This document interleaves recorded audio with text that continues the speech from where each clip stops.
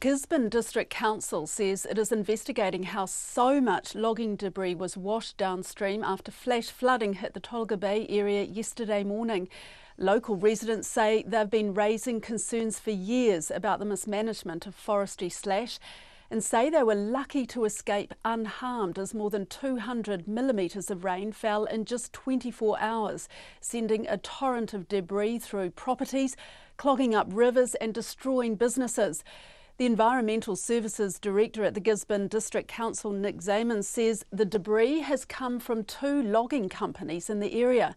I asked him to describe the devastation. I haven't been up there personally. I've got a flight arranged tomorrow to actually go through, but some of my team have been out and I've actually seen the drone footage and have actually seen the extent of it is really devastating in terms of some of the areas. What does it look like? How bad is it?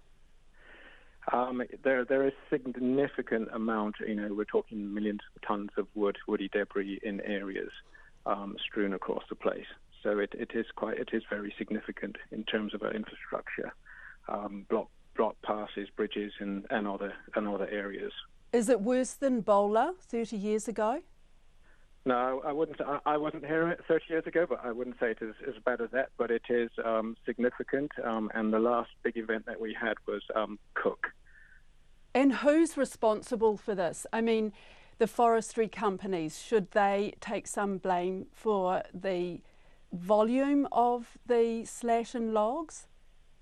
I think it's important to understand, and that's what we're trying to do at the moment, the volume, the amount of rain that we actually had yesterday.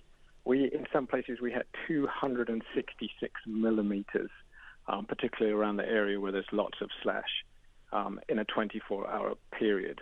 So at the moment we are investigating in terms of whether it is due to actual forestry practices, but also the land slips that might have occurred and would very much likely have occurred given the amount of volume of rain we've had. Have you been in contact with the forestry companies? Who are they? There are a number of forestry companies involved. In those 2 forestries that are affected the most are Hikurangi Forest and PF Olsen. And the team have been in contact with those forestries as part of the wider response. And will they be part of the clean-up? Certainly hoping that they will be part of the clean-up. At the moment, our focus at the moment is to make sure things are safe for people using the roads, that we're clearing that, assessing the damage to infrastructure and what work needs to happen at the moment. But at the moment, it's really about opening up those roads, those major pathways in and out, and making sure people are safe. What sort of damage has it caused?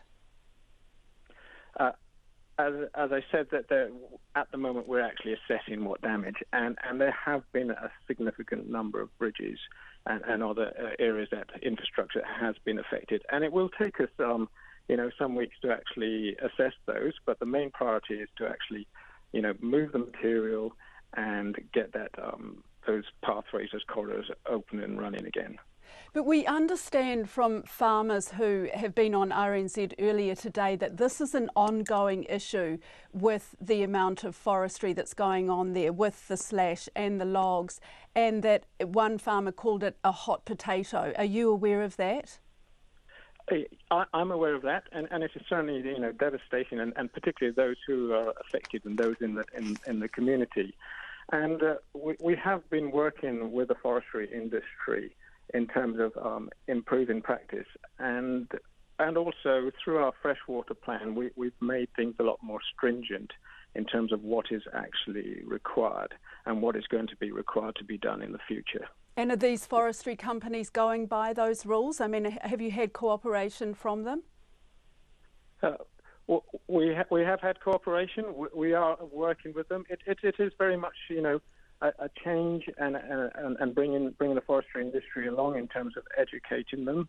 And we are at the moment and have been working through our consent and what we're required to do now So the National Environmental Standard for Plantation Forestry has come in, and central government has set that.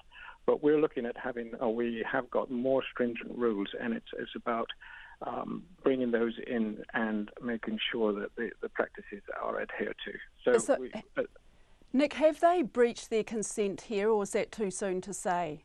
As I said, it's really too soon to say. We'll be up. We'll be flying over the affected areas. We have done quite a bit of work in assessing those areas post-Cook. So it'll be having a very good look at what's actually happened.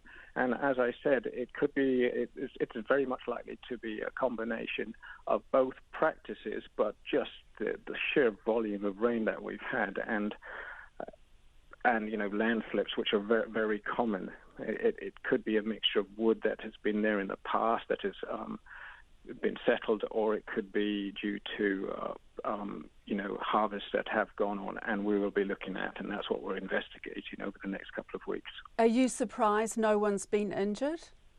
I think we can thank our lucky stars, really. It's just amazing, and we're really grateful that no one has been injured.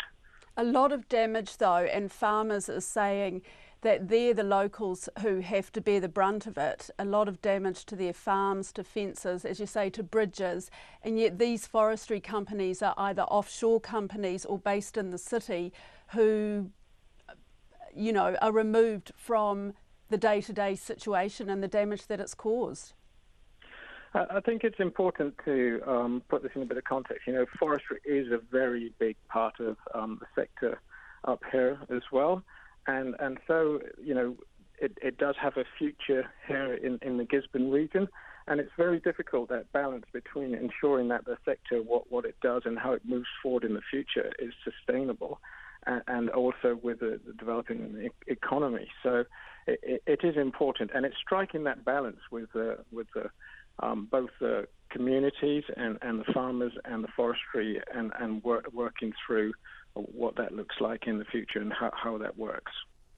Environmental Services Director at the Gisborne District Council, Nick Zaman.